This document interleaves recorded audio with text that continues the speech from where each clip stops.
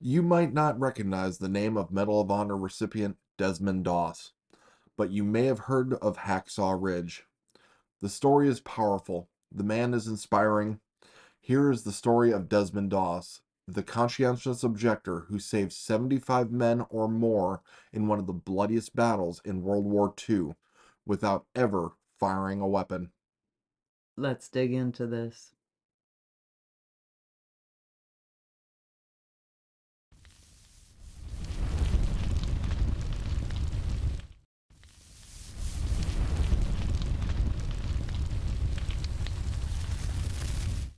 Desmond Doss was born in Lynchburg, Virginia in February of 1919.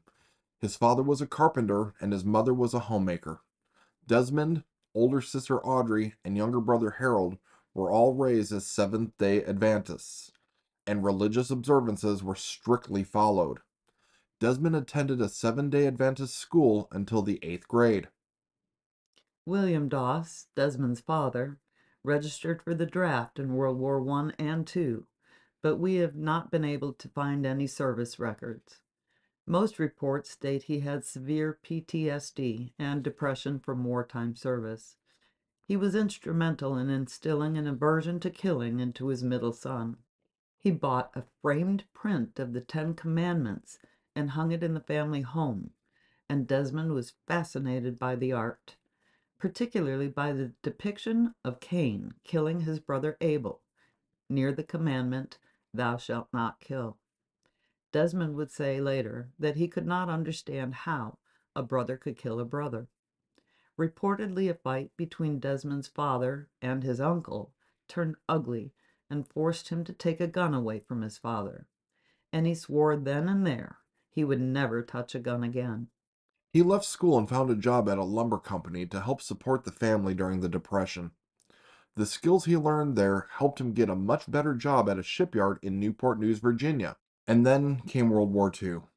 Doss could have stayed at his job and received a deferment. Shipyard work was critical to the war effort. But he chose to join the Army in April of 1942. He was sent to Fort Jackson, South Carolina for training. It would be an extremely difficult adjustment for Doss and for the Army. Many people believe Doss was a conscientious objector.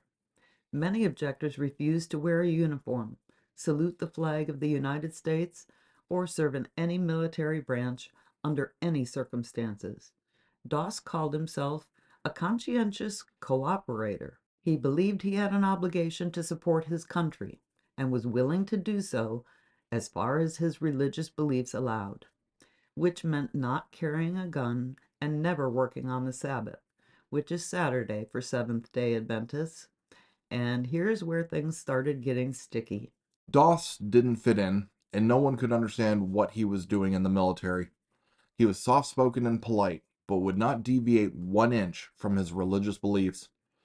And those beliefs did not seem to make him a good soldier, at least not to the military, and not to those men training with him, who worried he was a weak link who would put them in danger. He was ridiculed, he was called names, they threw shoes at him when he prayed.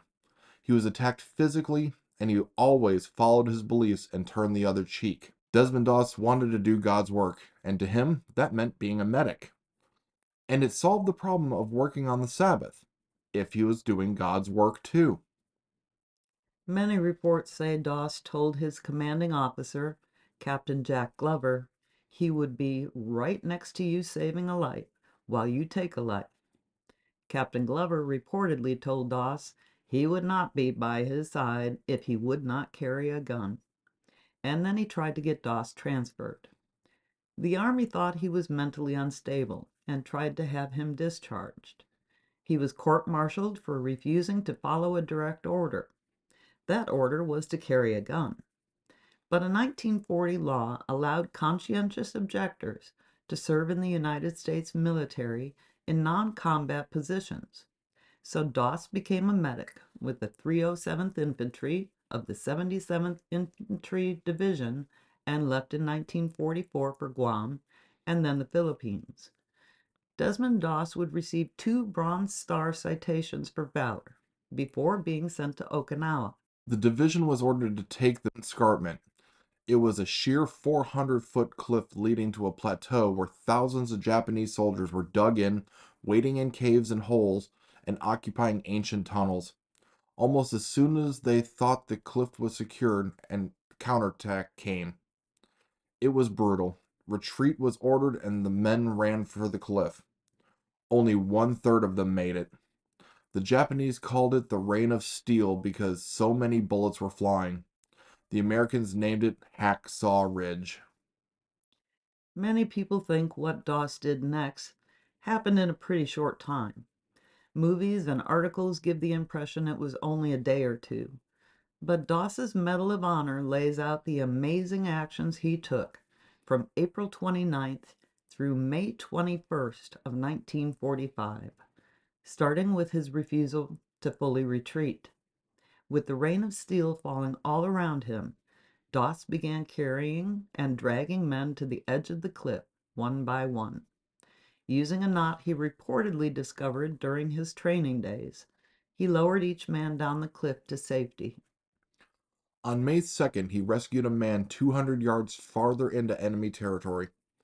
Then on May 4th, he managed to get 4 wounded men who were very close to a cave full of enemy soldiers, shooting and throwing grenades at him the whole time.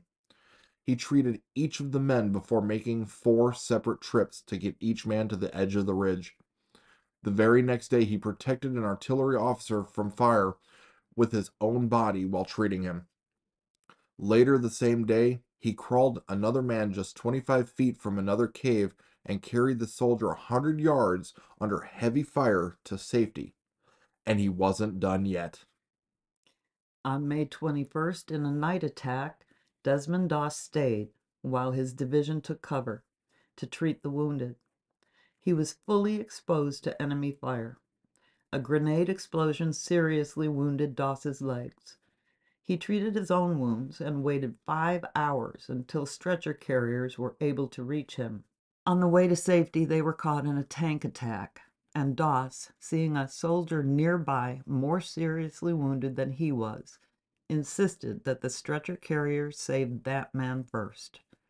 While he waited for the stretcher to return, he was shot in the arm, shattering the bone. He found a discarded rifle and made a splint. And then Private First Class Desmond Doss crawled more than 300 yards to safety. Doss was presented the Medal of Honor on October 12th of 1945 by President Harry S. Truman. His fellow soldiers say he saved more than 100 men. Doss, with his usual humility, said he probably saved around 50. They split the difference, and most reports say he saved 75 men. The men who served with him often said he had an angel on his shoulder. Doss said he just asked God every time he saved one more man to please let him save one more. He was discharged from the Army as a corporal in 1946, a short time after he was diagnosed with tuberculosis. He would reportedly spend more than 5 years in treatment and lose a lung to the terrible disease. He died on March 23, 2006, due to respiratory problems. He was 87 years old. He is buried at the National Cemetery in Chattanooga, Tennessee. More than 400,000 United States servicemen and women lost their lives in World War II. Thanks to Desmond Doss, at least 75 men from Hacksaw Ridge survived. We really hope you enjoyed this video. Thanks for watching, Don't forget to like and subscribe. and we'll see you on the next one.